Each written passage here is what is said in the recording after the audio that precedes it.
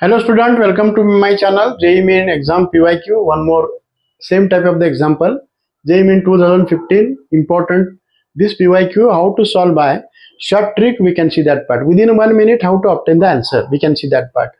Actually इस example में tan a का value 1 upon this value and tan b का value root x upon this value and tan c is this term value. Now using these three values a b c that are in between 0 to pi by 2. Then we have to obtain A, B, C and addition of all these out of the four option. Which option is correct? We have to find.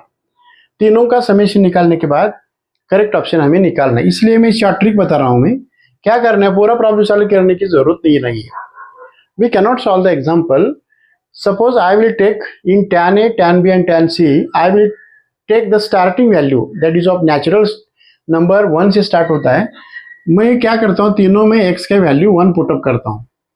1 put up करने के बाद a का value मिलेगा, b का value मिलेगा और c का value मिलेगा. तीनों का रिलेशन a प्लस b, तीनों का एडिशन रिलेशन क्या मिलता है, a plus b plus c, not c. a plus b value कौन सा आना चाहिए.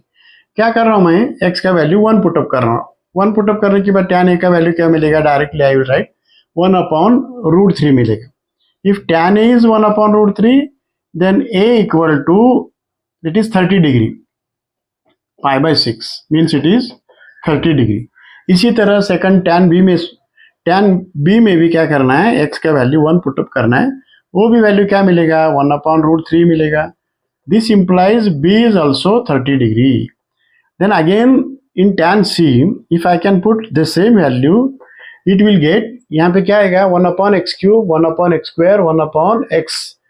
और जहाँ पे x है वहाँ पे 1 पुटअप करने के बाद 1 1 1, तीनों का समीशन क्या मिलेगा, रूट हाफ है. इसका आंसर क्या मिलेगा, रूट 3 मिलेगा. Again I am telling, if I can take 1 upon x cube, 1 upon x square, 1 upon x, and if you can put x as a 1, it is 1 plus 1 plus 1 and raised to half, it is root 3. Now tan is root 3 means angle C equal to 60 degree. पर यहाँ पे 30 plus 30, that is A plus B का value क्या मिल रहा है, 60 means C मिल रहा है.